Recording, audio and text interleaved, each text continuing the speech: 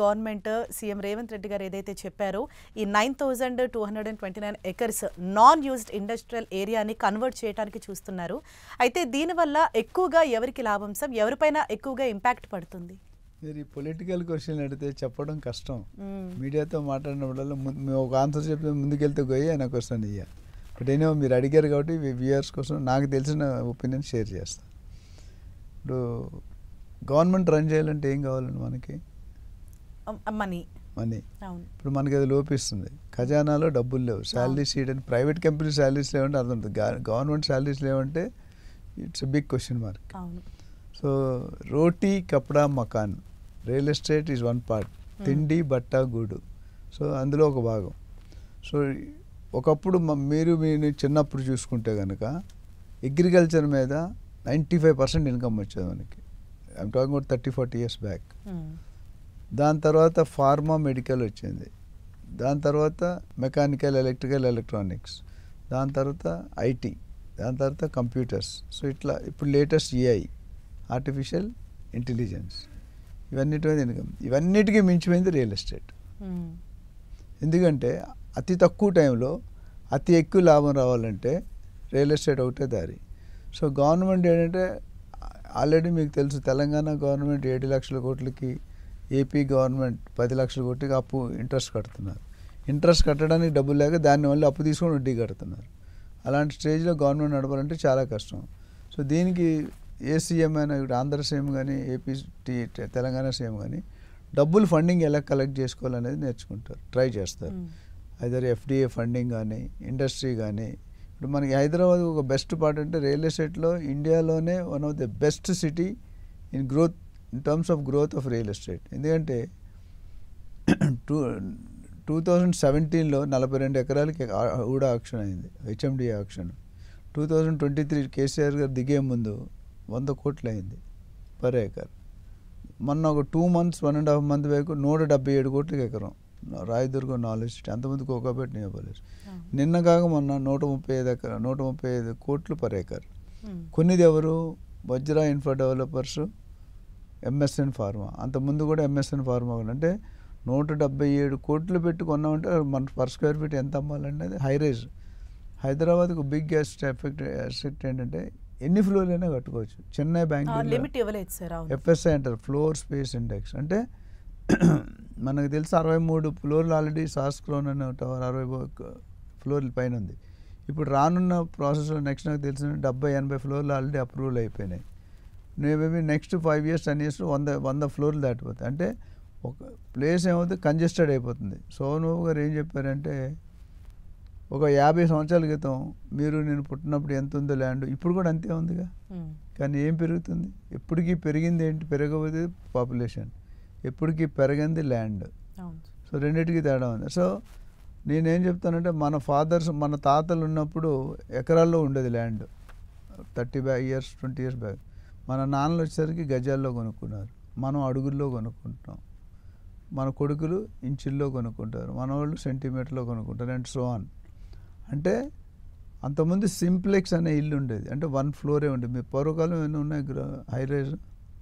పల్లెటూరుకి వెళ్తే మనకి మొత్తం గ్రౌండ్ ఫ్లోర్ ఉండేది, విశాలమైన ప్లేస్ ఉండేది, 1000 గజాలు 2 గజాల్లో మినిమం ఇల్లు ఉండేది. ఇప్పుడుంది అట్లా 100 గజాల్లో కూడా ఇల్లు కాదు, 50 గజాల్లో కూడా ఇల్లు కట్టేస్తున్నారు. ఇక ల్యాండ్ ఇస్ స్కేర్స్. సో దానివల్ల ఏమవుతుందంటే సింప్లెక్స్ నుండి డూప్లెక్స్ వచ్చింది కొత్తకాలం. ఇప్పుడు మన సినిమా హీరోలో ట్రెండ్ చూస్తే బెల్ బాటమ్ అని, బాబీ కాల్ అని రకరకాల ట్రెండ్స్ వచ్చాయి. ఇప్పుడు ట్రిపుల్ఎక్స్ కూడా వచ్చింది కొన్ని రోజులు, 3 ఫ్లోర్లు. దాని తర్వాత 5 floors వచ్చింది. దాని తర్వాత హై రైజ్ వచ్చింది, 10 floors 20 floors 30 floors. ఇప్పుడు 60 floors ఆల్రెడీ ఎగ్జిక్యూషన్లో ఉంది. రానున్న రోజుల్లో 70 80 90 100 floors. అంటే మిగతా ఏరియాల్లో 20-30 ఫ్లోర్స్కి రెస్ట్రిక్ట్ చేస్తారు మిగతా సిటీలు, చెన్నై, బెంగళూరు, ముంబై, ఢిల్లీ. బట్ మంది మాత్రం ఫుల్ ఫ్రీడమ్ ఇచ్చారు, అందుకనే రేట్లు అలా పెరుగుతున్నాయి. ఇప్పుడు నేను 177 కోట్లు పెట్టి ఒక ఎకరం ఉంటే, ఇప్పుడు అడుగు ఏదైతే 5,000 10,000 ఉందో 30,000 40,000కి అమ్మాలి నేను. ఎందుకు? కన్స్ట్రక్షన్ కాస్ట్ ఎక్కువైపోతుంది. కింద 5 ఫ్లోర్లు కడితే పెద్ద కాస్ట్ ఉంటుంది. అదే 50 ఫ్లోర్లు కంటే మెటీరియల్ ఎలా తీసుకెళ్తారు? అయితే లిఫ్ట్లో తీసుకెళ్ళి, మనిషి అయితే మోసుకొని వెళ్ళలేరు. సో లిఫ్ట్లో చాలా పవర్ ఉంటుంది, పవర్ కన్జంప్షన్ ఉంటుంది, కాస్ట్ ఉంటుంది. సో పబ్లిక్కి ఎక్స్ట్రా ఎఫర్ట్స్ పడుతుంది. కాకపోతే ఏంటంటే వెస్ట్రన్ కల్చర్లో ఏంటంటే పొల్యూషన్ ఫ్రీ ఎయిర్, వెంటిలేషన్ మీద చాలా. ఇప్పుడు ల్యాండ్స్కేపింగ్ అంటాం, మనం బాల్కనీలో కూర్చొని కాఫీ భార్యతో ఫ్యామిలీతో తాగితే పక్కన greenery view, see view, lake view, చాలా అపార్ట్మెంట్స్ చూసుంటారు లేక్ వ్యూ అని. అది ఒక సాటిస్ఫాక్షన్, దానికి ఒక లిమిట్ లేదు. మీ ఎంజాయ్మెంట్కి ఎంతైనా పెడతారు. మనకి ఏమంటారు, జీతాలు లేవు, ఉద్యోగాలు తీసేస్తున్నారు. ఏ హోటల్కి వెళ్ళినా ఏ మాల్కి వెళ్ళినా ఖాళీ ఉంటుందా, మీకు సీట్ దొరుకుతుందా? మరి డబ్బులు లేదన్నమాట. ఎక్కడ Hyderabad is having money money money. ఎందుకంటే మనీ లేకపోతే అవ్వదు. కాకపోతే కొంతమంది ఖర్చు పెడతారు, కొంతమంది ఖర్చు పెడతారు. ఒకప్పుడు మనకి సేవింగ్ కల్చర్ ఉండేది ఆంధ్ర ఉన్నప్పుడు. ఇప్పుడు షేవింగ్ కల్చర్ ఉంది. పిల్లల కోసం మనవాళ్ళు మనవరాలు ఎప్పుడూ ఆలోచించట్లేదు. ఎందుకంటే మీ కూతురు మీ అబ్బాయి ఉన్నారు అనుకోండి, వాళ్ళు మీకంట మీ నాన్నగారు మీ తాతగారి కంటే మీ నాన్నగారు బాగా సంపాదించారు, మీ నాన్నగారి కంటే మీరు బాగా సంపాదిస్తారు, మీకంటే మీ కొడుకులు కూతురు పిల్లలు బాగా సంపాదిస్తారు, మీ మనవాళ్ళు ఇంకా. ఎందుకంటే అప్పటికి ఇప్పటికి లిటరసీ రేట్ పెరిగింది. So nobody is worried about the next generation. మీరు చదివిస్తే చాలు, లేకపోతే ఒక బిజినెస్ పెడితే చాలు, ఒక ఛానల్ పెడితే చాలు, లైఫ్ లాంగ్ ఇన్కమ్ వస్తుంది. ఇప్పుడు టీవీ5 ఉన్నది, చైర్మన్ గారు టీటీడీ చైర్మన్ అయిపోయారు. ఎవరు ఎక్స్పెక్ట్ చేసి ఉంటారు?